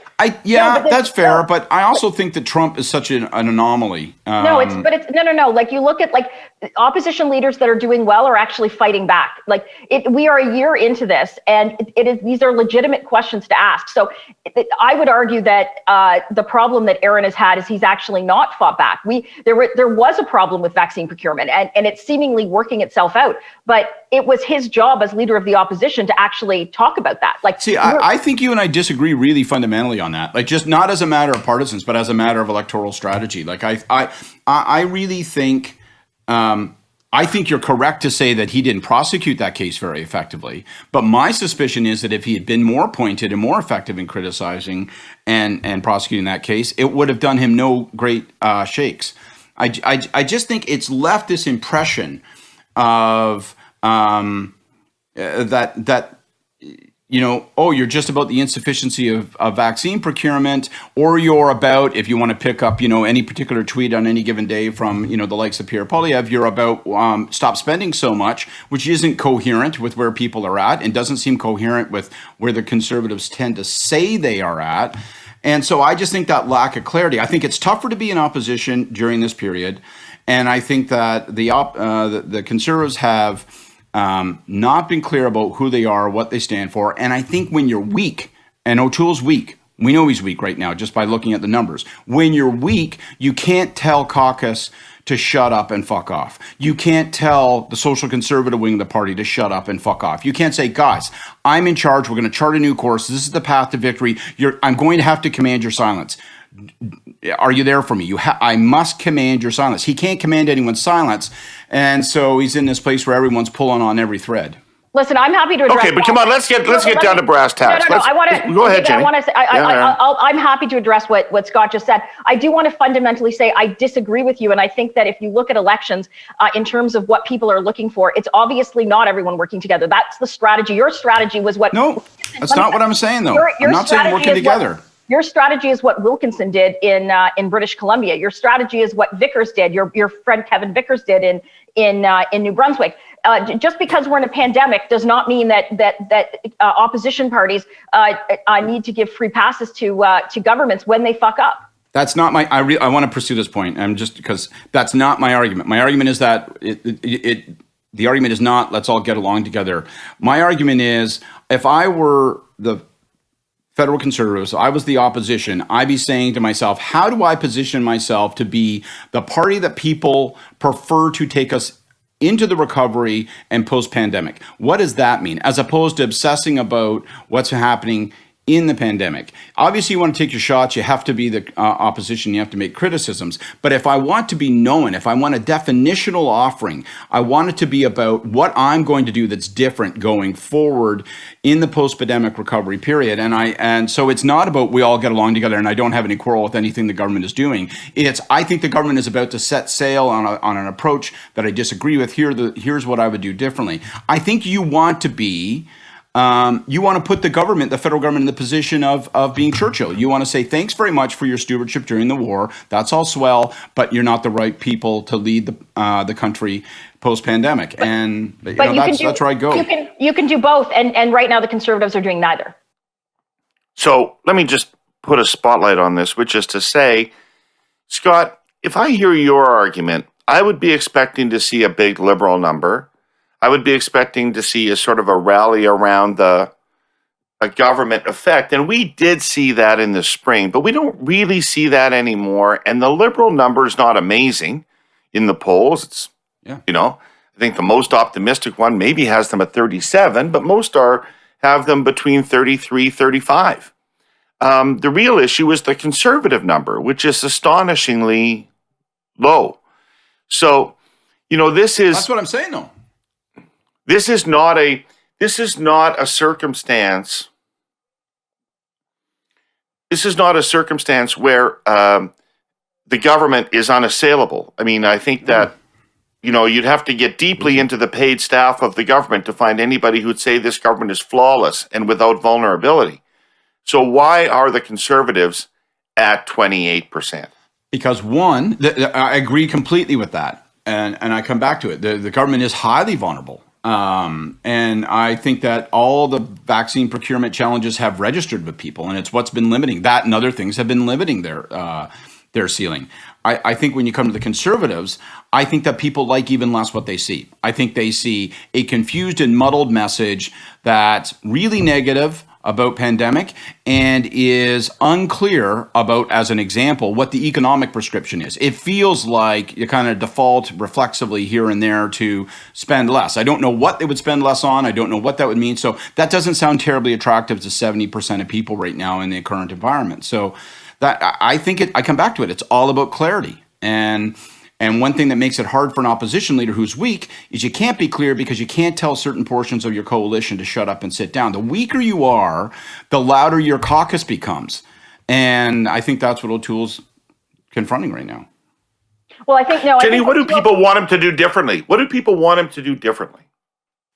Well, I think people are looking for a plan. So I think that he's got to keep going back that he has a problem with SOCONs. Social conservatives in our party, the people that signed up for Derek Sloan, have a problem with him. Institutional SOCONs, I assume have certain problems also, but this is a problem he has. This isn't just social conservative. So it's not about having the power to be able to tell your coalition to sit down and shut up. It's fiscal conservatives, democratic reformers. There's a whole host of people that are burning up phone lines talking about how they're unhappy with the direction of the party. And I think that the problem Erin has is that he ran on a platform, as I said before, that is not what he's seemingly putting out there now. There is no real platform. There is no real narrative, except that it seems to be, we want to be as close to the Liberals as possible because that will have us win. And it's the complete opposite in terms of how Stephen Harper, he never made promises during a leadership campaign. He ran on policies. He's like, this is what you're going to get when I'm elected leader. And you may not like everything that you may disagree with me, and you can tell me that, but this is what you're going to get. You're not going to be surprised. And no one ever was. Stephen Harper was was, people will say he was feared. No, he was respected within caucus. Caucus knew that they could go up and have a disagreement with him, and he would listen to their argument, and he may disagree with it, and he will listen. And so the problem, I think, if we're talking about, there's two problems. One, this party has no narrative. They have no, there is absolutely no direction that I can see. Like there are times where a party can have a narrative that I disagree with, but there is no like Stephen Harper with the 5 priorities where you knew where we were going. Or like when Iggy was elected, it was, this guy didn't come back for you, and carbon tax, blah, blah, blah. There seems to be no narrative. To Scott, I agree to your point that it's kind of all over the place. And the person that seems most all over the place is the leader. So that is a problem in itself. Well, I think that I raised this point with Ian Brodie on our conversation, and it was about whether what space the Conservative Party occupies now. What do people think they would be better at than the government? And to make my point, there's a poll out this morning that says that more Canadians trust the Liberal Party on fiscal issues and fiscal management. No budget, Jenni, in 2 years, right? Blowing the fisc to literally fucking smithereens. And more people think the Liberals are good fiscal managers than the Conservatives. So if the Conservatives don't have that, what do they have? Like, what if people are angry at vaccines? What about the Conservatives would have made them think they would do it better? If they're worried about jobs in the economy, what about the Conservatives will make them think they'll do it better? Jenni, they've got to have, to your point about narrative, they've got to have some space that they own. I agree, and that's the thing. We were at the height of the vaccine shortage, and I think what the Chinese government is doing to the Uyghurs is absolute genocide and terrible. But there was an opposition day motion in the height of the vaccines where, like, I actually think there should be opposition motions on China and the Uyghurs and issues pertaining to foreign policy. But at the height of the vaccine shortage, I'm not sure why the Conservatives decided to have an opposition day motion on that. So there seems to be absolutely no focus, no direction. It seems to be like, no constant narrative. Like every day, people used to make fun of us in 2000, leading into the 2011 election, because half of our SO31s, the statements before question period, were all pretty much the same. He didn't come back for you, and Michael Ignatieff is going to bring in a job-killing carbon tax that is going to raise the price of gas, groceries, and everything that you buy.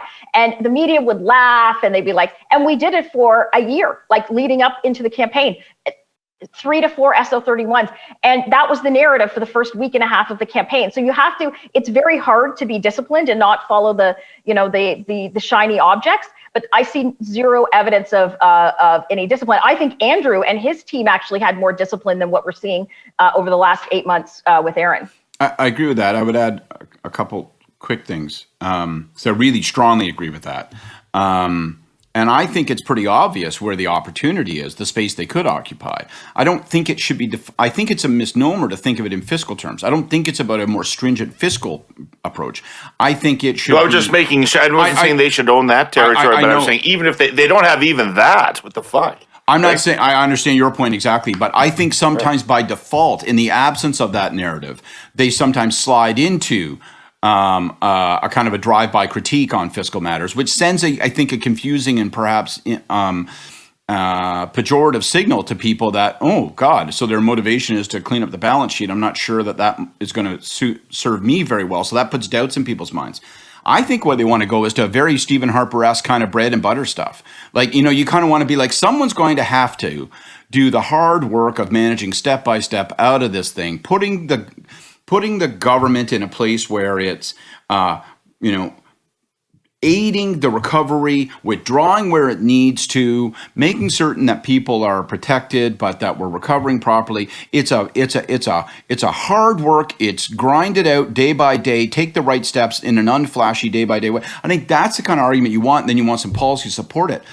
I think one of the challenges is that, A, we don't have that plan. You don't have that discipline. You don't even have that aspiration articulated by the Conservatives.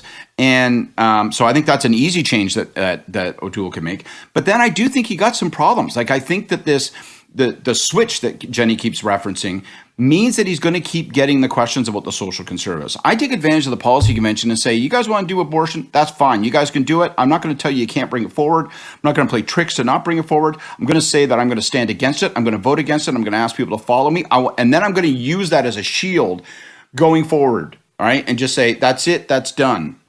I'm not talking about the social conservative stuff anymore. I've charted my territory. He needs to inoculate himself somewhat on that. And he needs to say to people, this is the moment of inoculation. Watch me, test me, and then mark me on it. And then I can put it aside and not talk about it again. Because they don't want to be talking about this in an election campaign. And he's going to continue until he creates some symbolic break with it. But this is my point, though, Scott. The problem he has is I'm not saying that would be simple. That could be easy if his problem was only with social conservatives. No, like I think I understand. To say that Erin O'Toole has a social conservative problem is simplifying it. It's not. He has problem with all the coalitions within the I'm saying party. it's a precondition to getting to moving forward on some other stuff. It's one of the things he has to. It's one of the pieces of housekeeping he's got to get cleaned up before he can then sort of say, and now we're on to what I am all about. I think that I was just going to say in his defense and in the defense of every leader of the Conservative Party, I would say I think that Liberals, including myself, tend to talk about this quite glibly about how to manage the social conservative wing of the Conservative Party. It is a much more difficult coalition management exercise than anything any leader of the Liberal Party has to face. Because this is an essential group of activists for the party, and it is an essential group of voters for the party. They could not win without them. More to the point, if you don't accommodate them in some way, shape, or form, they'll go off and form another party, and therefore drain you from the right. So you have to keep them in the tent. You have to keep them somewhat satisfied with your offering, but you can't have it in the window, or nobody in urban Canada will vote for you. So it's a huge challenge. I don't envy anybody who has to do it. But O'Toole, by his leadership campaign, put himself in a worse position than he had to be. But I just don't envy any of them for that job. Jenni, go ahead. So you can give kudos for Stephen Harper for keeping the coalition together. Well, no kidding. Absolutely, no kidding. I think it was one of the huge secrets of his success. Remember the day, I mean, you will remember better than any of us, Jenni, right? But I think it was literally the first day of, was it the 06 campaign? Was it the 08 campaign? First day of 06 was first day of 06. Yeah, I'm going to do the counterintuitive thing of talking about abortion so that I can inoculate myself on this issue and tell you same-sex marriage, whatever, right? Same-sex marriage, and just say, now you can fuck off. I am never going to speak of it again. I will make reference to this day, and that's done. No, what he did was he came out and said there will be a free vote on same-sex marriage. Right, but he inoculated himself by establishing a position that was then a reference point, and it's like, we don't need to argue about it. We don't need to talk about it anymore. And as David says, it's harder for O'Toole because of where he came from, the same point you made. I just think that housekeeping has to get addressed so that he can then say, all right, now I have a freer hand to do other things. And on a much lesser basis, but let's give a little credit to Trudeau, when he was the leader of the third party and the Liberals were in one of the weakest positions, if not the weakest position they've been in the post-war period, he said, you know what, we're a straight pro-choice party, and I'm sorry, I'm going to turn my back on some of the Catholic coalition, that's some of the Catholic voting segments that have been part of this coalition forever. And he got told not to by lots of people, and he said, no, I'm not going to. And he inoculated himself on a go-forward basis on these kinds of questions. Well, as Ian Brodie told me yesterday about the creation of the CPC, desperation is the mother of invention on these things. And it was the desperation of a decade of losing to Chrétien that forced the Conservatives to all put water in their wine and come together. And it was the desperation of the Liberal Party's positioning after 2011 that allowed Trudeau to be so dramatic, so bold and dramatic. There were two things. Ian talked about one. There's two. Ian talked about the reports when you guys won the leadership race of that you were going to win the biggest majority in Canadian history. That those quotes and reports, that was one driving factor in terms of Harper starting the talks. The other one was the Perth Middlesex by-election, where we in 2003 when we came in third and barely got our deposit back, and that's those kind of two those two things were things that were like, okay, let's get the ball rolling on this. But the modern the Conservative Party of 2021, surely to hell, doesn't need to be scared. It must be scared enough on the basis of what it's looking at. It must feel motivated to say, Jesus H Christ, we got to do something here, guys. We don't want to lose again. I think the worry in our party right now, the people that I talk to, is we go in and we do worse in this election than what we did in the last one. And it appears that's the case. Like the Ipsos poll is horrifying, 35 to 28. It's the same. It's basically the same. Like you guys got 37 in 04 and we got 30. So it's like basically the same distance between the two. And I think they have the NDP at 16, which is what I think Leighton got in 2004 as well. I think the concern within our party, I know the concern is that we have another election where we go down in seats. We lose seats in Ontario, and we run a Central Canada focused campaign, and the guys in the West are finally like, you want to know something? Go fuck yourself. And there's a Western concept type party that starts to build. That's going to be the real concern. Like our next leadership race. I hope we do well, because we're talking about. But if we don't do well, and we have another leadership race, it is going to be different from anything a party has seen, because it is going to be a leadership race focused on the West. How do we keep our voters and our supporters in the West? We need a leader who's going to be able to not just win in Central Canada, maybe win in Quebec, but how do we keep the West together? And because the West is always the kind of the forgotten stepchild in our party. It goes right back to David's point. Like, Jesus, I don't envy them the task that's in front of them, because that. When you're weak and when you're on your back foot, the task of maintaining the components of your existing coalition while fighting for the ability to gather new components to that coalition, that is tough work. And what you've just talked about, I mean, we said the social conservative thing a few minutes ago, then you think about these threads. It does put O'Toole in a very tough spot, that, and it goes back, the way I tried to express it is command silence from those groups and say, stay with me, I'm going to push us out. It doesn't feel like he can command anyone's silence right now.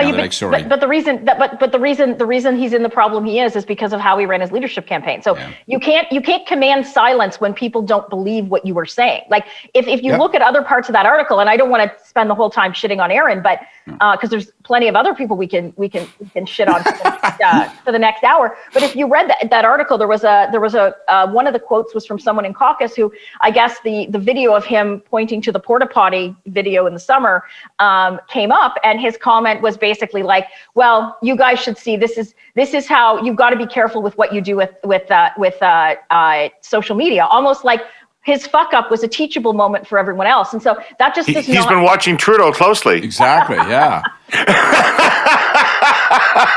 I think we can all take some important lessons from this. So reflect on yourselves.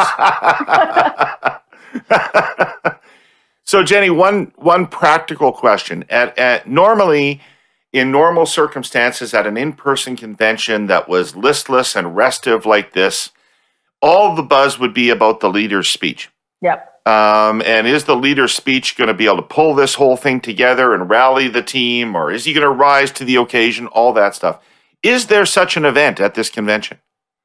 Well, there is. He is addressing the convention, but it's going to be by Zoom. So it's very hard to people will listen for what he says. Is he going to bring in new policy? Is he going to try to chart a direction? I think that's what people will be looking for. But it's going to be very hard. Like when you can't be there to read the room and read the reaction and see what people are saying. That's the problem with the convention. And a normal convention, you find out more. You find out less at the plenary and constant plenary sessions. More in the hallway. Than you do in the hallway and the hospitality suites and what have you. So I think it's going to be very hard to gauge, and it's very hard for his team going in. I don't envy them. I don't envy them in that. Right. He's robbed. Okay, of that let's too, move on. Right? It isn't just the media that are robbed of that. I'll just one last very quick point. Yeah. It's also frustrating for the leader because he's robbed of the ability to sort of go, how did it play? The scorecarding is also unavailable to him. He doesn't know, did I have a big triumph? Did people cheer like hell, and are they high-fiving and talking happily in the bar, or is it all griping? You don't know. Yeah. You don't get the symbol. You don't get the 10-minute standing ovation that signals to the whole country this group's united and they've got purpose and they're behind it. So yeah, it's a tough situation. Let's move on because we are rapidly blowing through our time here and therefore rapidly blowing through the patience of our listeners and viewers. So budget. The 2-year anniversary is coming up, I think. Or have we passed the 2-year anniversary of the last federal budget? Well, they tended to go pretty late, right, in March, so we probably haven't passed it yet. Either way, it's ridiculous. Yeah, It's a long time. 2 years without a budget, and now they say, well, we're not going to be quite ready yet. Don't expect this thing in the month of March. And so they're signaling it will be in April or May. And In order to assess new trends. Yeah, in order to assess new trends. And there are people that will argue, just to put the case before you two take this all apart, let me just, out of fairness, say that there are serious people who will say, we still don't know enough about how the economy is going to come out. It's so virus and vaccine dependent that we don't know enough about how the economy is going to come out of this to know whether we need to spend $70 to $100 billion like the government said, whether we need to spend that now or in the future, or whether we need to spend much less than that because the economy is stronger and the recovery stronger than we thought. So there are people who will justify, and I haven't noticed, frankly, in the professional economist class, a lot of demand for, a lot of criticism for not having a budget or demand for one. But nonetheless, we are 2 years out, spent a lot of money, proposed to spend a lot more money, and are in an election cycle, surely. Whether or not the election is in June or in late September, early October, we're in an election cycle. So, what are you expecting out of this budget? Well, I'm expecting an election budget. That's why I think they're going the timing that they want. I have maintained that the Liberals I want to try to find a way to have an election sooner rather than later, because to your point, David, the economic ramifications of COVID are unknown, but seem to be very troubling in the future. Governments continue to prop up economies around the world. And we've talked about that, which is why it's so ridiculous we're hitting the 2-year anniversary of not having a budget. I don't think it's, there are always factors that can come in that can obviously affect the economy, good or bad, what have you. And we're living in this pandemic now where it seems like we're living in it like it's been a year. So we've got to actually get used to living in it. And frankly, countries around the world are giving budgets and giving updates because actually governments they have to. It is their job to actually to tell Canadians where the books are, especially when we're sitting now as a country with $1 trillion $1 trillion of deficit. And so I think that it's ridiculous we haven't had one. I'm glad we're going to have one. But I assume that the budget will be I think you'll see some nuggets in there that the Liberals are going to want to run the next campaign on it, whenever that is. And I think it's sooner rather than later. I continue to be a skeptic about the time of the election, although it's harder and harder to maintain that they're at least not double tracking. Like you would, at minimum, delaying the budget further permit you to double track and maintain the option of calling an election or having an election in and around in the aftermath of the budget. And that seems likely to me that they want that optionality. I still think they'll probably end up leaning toward the fall because I think you want to. I would imagine there's going to be a greater swell of optimism, both economic and more broadly, as people feel like they can actually, burrow outside of their homes and see others. I think I'm going to sound like this sounds like our conversation about Erin Two in the O'Toole. bush, Scott. That's 2 in the bush. There we go. Not 1 in the hand, but 2 in the bush. 1 in the hand. I think it's less about the accounting, right? Like I think it's what I'm looking for is, and what I think the political imperative should be is, and I can understand their nervousness about the numbers, and I understand the point that you're saying others make, David, about we still don't have a firm handle, but that could go on for some time. So I think that what you want to do is craft a budget that acknowledges the uncertainties, and is less about, all right, here's the foundation of the fisc so that you can now begin to scorecard how quickly we roll back public spending, but rather you talk more about what's the plan, what are the elements, what's the broad elements of the plan. I continue to think that the government's huge opportunity is to say we're the right people, motivated by the right values, with the right priorities to maintain a plan to take us out through recovery and into a more prosperous solution. I think they have to watch their Build Back Better language, because it sounds like a social engineering enterprise. And I think that that's the opportunity for them. I also think it's the vulnerability for them. We talked about how the Conservatives haven't substituted their own plan in there. Well, they will eventually, presumably. So I think you want to be able to put that plan together. And it's not a plan that gets expressed in fiscal language. The fiscal stuff is there, but I think you want to do your darndest to overwhelm the fiscal stuff with that broader programmatic plan, saying here are the elements and the priorities that will lead us through recovery and take us forward. And then that gives you, if you do that well, then you've got a fortress that'll allow you to call an election in the spring or the fall. Okay, but the key is what is that? Because I believe that the budget, when it happens, signals a hinge point in the public debate. And I think it is the end of the budget coming as it does, with vaccinations flowing into the country, I think signals the end of the pandemic period of this political phase. And the war is over, and now it's into the peace. So we go back to the Churchill analogy. The Liberals won the war over the Conservatives decisively. But now it's a question of who wins the peace. And the budget starts that process. And the Liberals have to calibrate that Build Back Better piece very carefully. But to be fair on the winning the war, David, every incumbent government has essentially won, at least in this country. Oh yeah. Yeah, I agree. But I'm just saying that phase is over.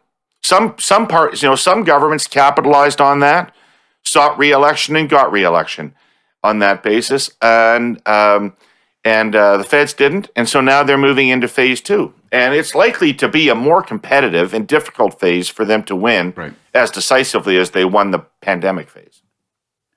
Well, if I sound reluctant to say it's because I have a hey you in mind that was going to talk about this, but I think there's a couple components to this.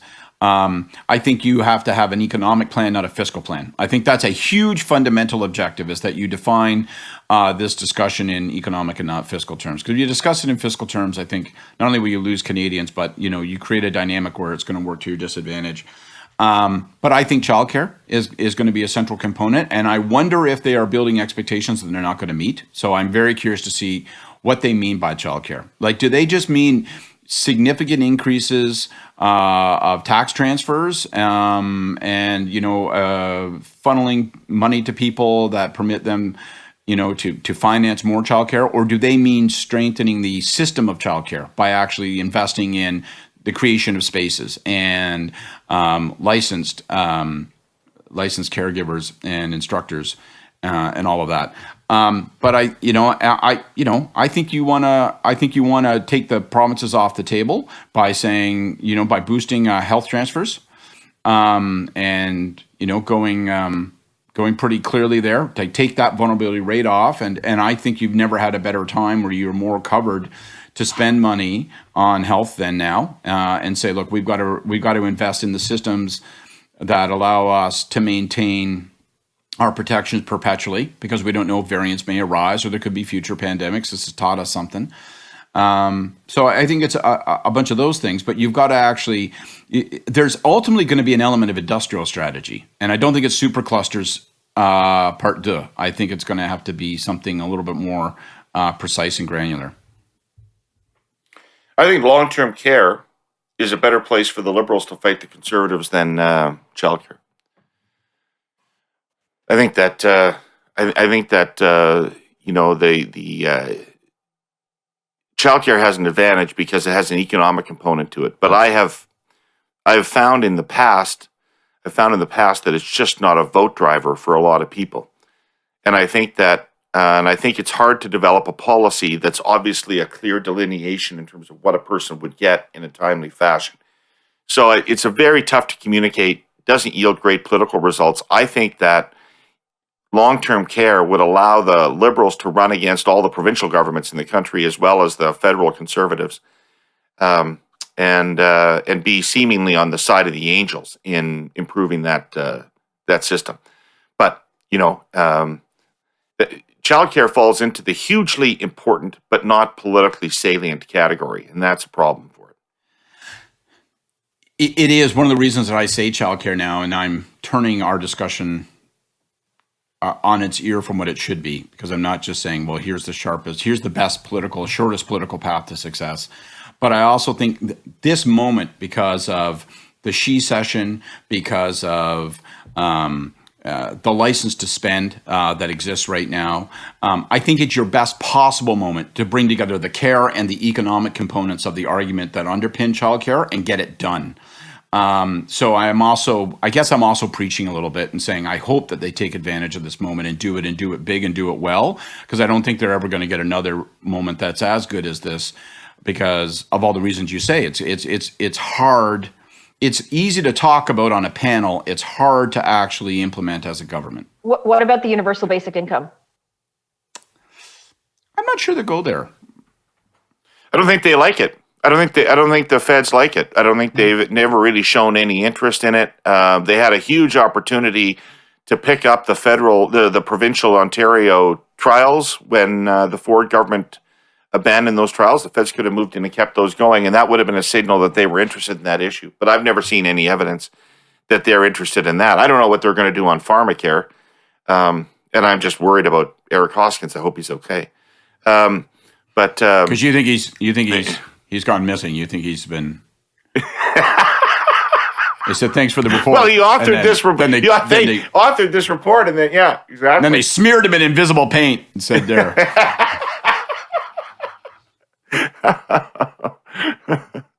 All right, we are out of time, so we don't get to platforms again today. I wonder if there's a reason for that. We don't get to Vance and McDonald and the CDS today, and that will have to come back next week. That issue is going nowhere, and looks like there's more to hear about there. Nowhere good. So we'll likely have more to talk about that in the future. But now we're down to our Hey Yous. Which one of you lovelies wants to go first with your Hey You? I'll go first. My Hey You is to the Ethics Committee. So last night, one of the Kielburger's lawyers, Guy Journo, was on TV on Power and Politics. Wait a second. You know Guy Journo, is that right? Have you ever encountered Guy Journo? I have, yeah. Okay, I just wanted to clarify. So, for the fans at home. My Hey You is to the Federal Ethics Committee, which is chaired by my very good friend Chris Workington. So I know that they are going to be on the same line of thinking that I have. Is basically the Kielburger lawyers are saying they will grace the committee with their attendance, but they will only answer the questions that they feel are relevant, that they feel they're lawyers and they feel are relevant. And so my Hey You is to the Ethics Committee. Keep their feet to the fire, make them answer questions, and go and watch Guy's full interview, because at some point in that interview, he actually talked about, he mentioned that the Kielburgers were under current police investigation. So I think that would be an interesting thing to pick up on as well. Hey you. Hey you. Scott, hey. My Hey You is to Chrystia Freeland. It evokes the conversation we were just having. And my Hey You, as I've seen a consistent breadcrumb trail from the federal Liberals about childcare going back to last November and maybe even before. And, even in recent days, I think there's a story in today's paper about Freeland doing a consultation talking about the importance of childcare. And so my Hey You is, hey you, right? Don't blink at the plate, okay? Take a mighty swat with the bat. implement real childcare. Use this moment to say to the provinces, we're going to write big checks. We're going to implement a system. We're not just going to do a transfer through the tax system to individuals and households. We're going to actually create licensed spots. We're going to create spaces. We're going to create facilities. We're going to invest the money in it, because it doesn't matter how much money you siphon through the tax system to individual families. If there are no goddamn spaces to purchase it with, you have no childcare. So I want to see this thing get done and done right. It is my great unscratched itch from 2006, as you know well, and Jenni will giggle.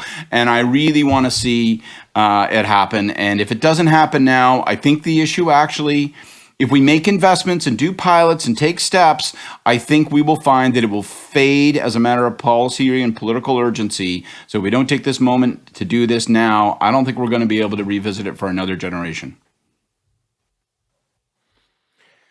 All right, good one. Okay.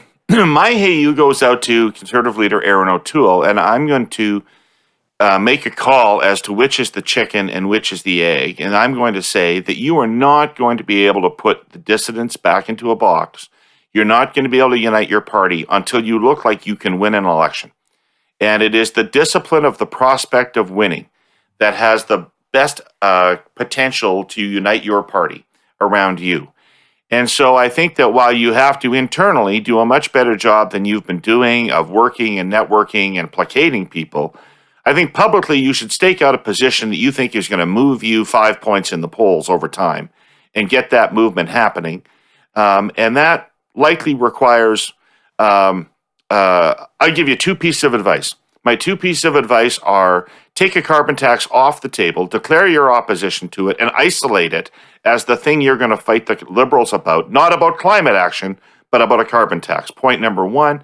And point number 2, put something in your economic prescription that is obviously designed to assist women to get back into the workforce and to get back at the income levels that they were at before this pandemic. I don't think that there's an audience out there that sees much of that in you. And I think that, that will be a big sign towards showing people that you are moderating the party and that you're more inclusive. So that's what I would do. Aim for the public, not the party in your remarks and in your speeches. Take carbon tax off the table and make it a wedge issue, and get some sort of social policy or economic policy geared toward helping women in the workforce. Hey you, Erin O'Toole. And come on the show too, by the way. That's another part of my hey you. Well, thank God he doesn't take your advice. So, thank you both for being here today. It's a lot of fun, as it always is. One of these days, we could have had this after the 7-1 Habs victory, and we'd have all been in a much different space. So maybe one of these days it will work out. But I am reminding you that next week is the 1-year anniversary of this pod being hosted from this cottage. And so we are going to drink that next week. Remember? That's our promise. We're drinking during the show next week. Hey, no worries. You're talking to a guy's lined up at the LCBO before opening every day. So no troubles. All right. Take care. I want to thank you guys. I want to thank Ian Brodie for being on the show this week. I want to thank our presenting sponsor, TELUS, as well as our sponsor, CN Rail. And thank you, everybody, for listening. Great to have you around for another week, and we'll catch you next week. Take care, everybody. Herle Burly.